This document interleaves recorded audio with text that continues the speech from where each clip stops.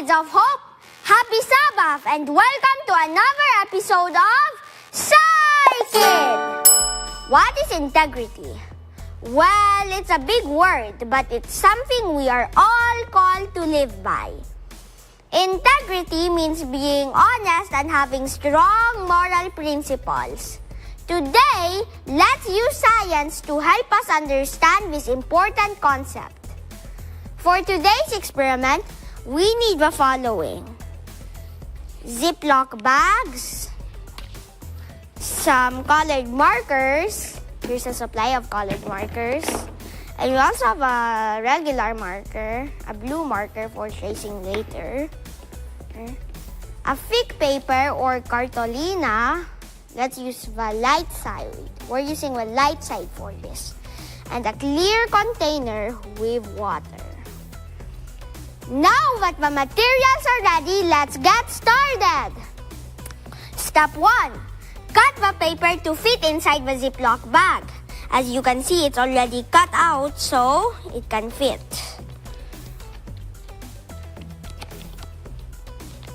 So, it's just like this. So it can fit. Step 2. Draw your hand on the paper and paint it with color.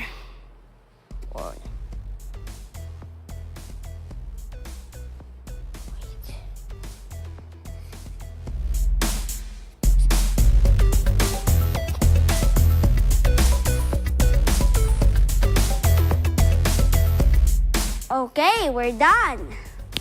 Step 3. Place the paper into the Ziploc bag and seal it tightly. If you have a sign up the front, then use a side where the sign's not that visible. Okay, done. On the outside of a Ziploc bag, trace the outline of your hand you drew on the paper.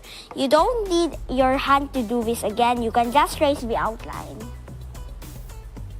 Like that. It's okay if you made a few mistakes, as long as it lines up. Step 5. Fill the clear container with water. We've already done this. It's already filled with water, but not to the top. Step 6. Submerge the Ziploc bag into the water vertically and look from the top.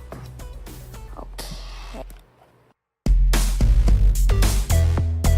Step 7. Draw the Ziploc out and see what happens. So let's draw it out. See that? Now let's submerge it again. Did you see the difference? When we submerge it and you look from the top, the color disappeared, right? Now let's do a comparison. From here, the color is still there and the color is still there. And no color is there.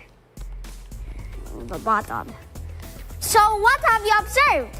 Notice how the hand drawn on the paper seems to disappear, including the color, while the hand drawn on the bag remains visible. How is that possible when the hand in the paper is protected inside and the hand of the bag is literally on the outside? How is this possible? This one should be the one not to show up. What just happened?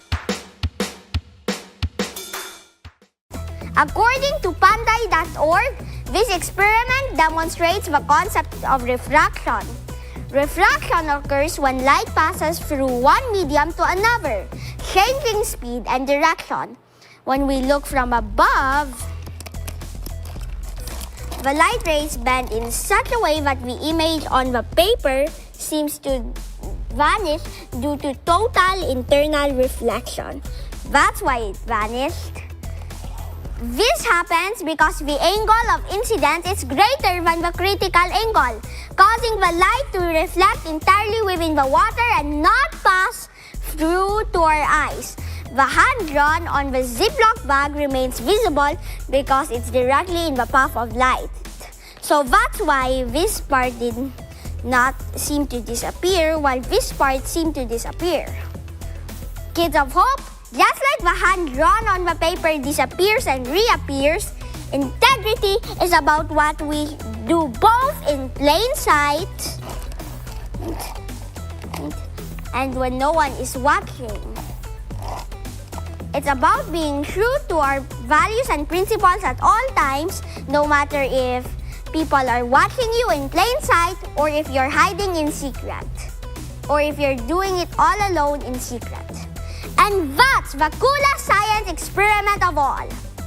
Proverbs 27 says, "The righteous man walks in his integrity. His children are blessed after him." I hope you enjoyed our experiment today. Try this experiment at home and remember the lesson that came with it. Let's strive to be like the righteous man who walks in integrity, being honest and true in all we do. Once more, this is Yuan and see you next time here on SciKid!